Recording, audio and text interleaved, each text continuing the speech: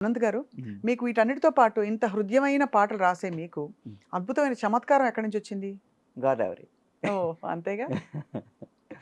హ్మ్. ఎందుకంటే నిజంగా ఇప్పుడు మీరు మిడిల్ ఈస్ట్ మ్యూజిక్ విన్నారనుకోండి, ఎక్కువ సింధు భైరవ్ రాగంలో తారాస్థాయిలో హమ్మింగ్స్ లాగా అనిపిస్తా ఉంటది.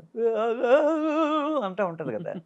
ఎందుకంటే మిడిల్ ఈస్ట్‌లో పంటలనేవే మృగ్యం. నీరు ఎప్పుడో గాని దొరకదు. ఏదో ఆ ఖర్జూరం, ఈత తింటా ఆ టైంలో అలా బతికేవారు కదా! ఆళ్ళకి సరైన ఆహారం దొరకడమే కష్టం. దొరికిన ఏదో ఆ ఒంటెలను చంపుకొని, ఆ మాంసాహారం తింటా, రుచికరమైన ఆహారం అనేది వాళ్ళకి చాలా అరుదు. సో, ఆకలి బాధలు ఎక్కువుంటాయి. ఆ సంగీతం కూడా అక్కడ అలాగే ఉంటది. అవును. గోదావరి ఉంది. ముఖ్యంగా మా కడుపు నిండిన బేరం మాదైతే. హ్మ్. డబ్బుండదేమో గానీ, అన్నానికి లోటుండదు. ఎప్పుడు ఇప్పుడు కడుపు ఖాళీగా ఉందనుకోండి, దాని ఒక్కదాని మీదే దృష్టుంటది. కడుపు నిండాక 100 ఆటిల మీదకెళ్తది దృష్టి. అందులో కొంచెం కారం కూడా లోటు లేనప్పుడు ఎటకారం ఒకటి బయటకొస్తది. సో, కారం, ఎటకారం, మమకారం అన్నీ ఎక్కువే మీకు. అంతేగా గోదావరి జిల్లాలో? హ్మ్. హ్మ్. సో, మీరు రాస్తూ వచ్చిన పాటల్లో హ్మ్. మీకు బెస్ట్ కాంప్లిమెంట్స్ అందిన పాట ఏది 'తాను అంటే నేనువే.' 'తాను నేనువే' కదా? హ్మ్. హ్మ్. అన్నీ రెహమాన్ గారి పాటలే మీకు ఎక్కువ కుదురుకున్నాయనొచ్చా? అలా ఏం లేదండి. ఇప్పుడు 'ఎటో వెళ్ళిపోయింది మనసు' సినిమా ఉంది గదా! ఇళయరాజా హ్మ్. గారిదది మ్యూజిక్.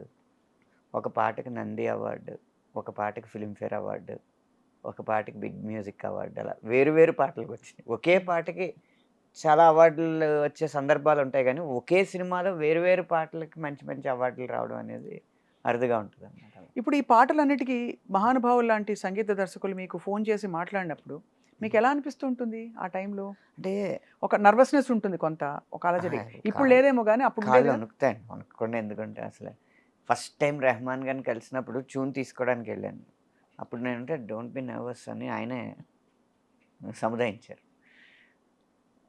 ఇళయరాజా గారి దగ్గరికెళ్ళినప్పుడు కాళ్ళు వణకడం కూడా కాదు. మొత్తం బొటనవేలు దగ్గర నుంచి తల వరకు మొత్తం బిగిసిపోద్ది. ఆయన కూడా చాలా ప్రేమగా మాట్లాడి అలా వాళ్ళు ఈజ్ చేసిన తర్వాతే మనం మామూలు స్థితికొస్తాం.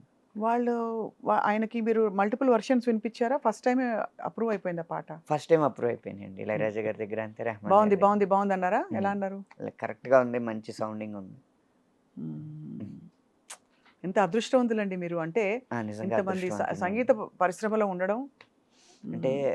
ఎంత అదృష్టం దక్కిందంటే మీకు 60ల నుంచి అదే 70ల నుంచి మ్యూజిక్ చేస్తున్న వ్యక్తులతో కూడా పని చేయగలిగే అదృష్టం దక్కింది. ఇళయరాజా గారవ్వచ్చు, విద్యాసాగర్ గారవ్వచ్చు.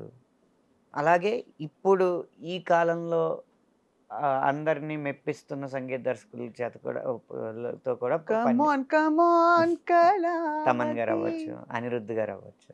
హ్మ్. అలా అన్ అన్ని వయస్కుల సంగీత దర్శకులతో పనిచేసే అదృష్టం మాత్రం నాకు బాగా ఆ! దక్కింది. మీకా అంటే మీ మనసు సింగిల్ మిమ్మల్ని కార్డ్‌లు. అవును. Single card. హ్మ్. తర్వాత మీకు ఉండే గొప్పదనం ఏంటంటే ఆనంద్ గారు మీరు అన్ని తరాలతో కనెక్ట్ అయ్యే హ్మ్. ఏంటి ఒక విజ్ఞత ఉంది మీలో. ఎవరి వయసుకు తగ్గట్టు వారితో అలా మాట్లాడడం అలవాటు నాకు. హ్మ్. మీ వయసేంటో ఈ ఈ ప్రాసెస్‌లో మేమెప్పుడు పసిగట్టలేకపోయాం. 39 సంవత్సరాలండి, దాంట్లో అబద్ధం ఏముంది. హ్మ్. పెళ్ళైపోయాక వయసు దాచుకోవడం ఎందుకు? అంతేనా? ఇప్పుడు దాచుకుని కూడా లాభం లేదు కదా! లాభం అంతేగా. లేదు. హ్మ్. ఏం పనవ్వదింక. హ్మ్.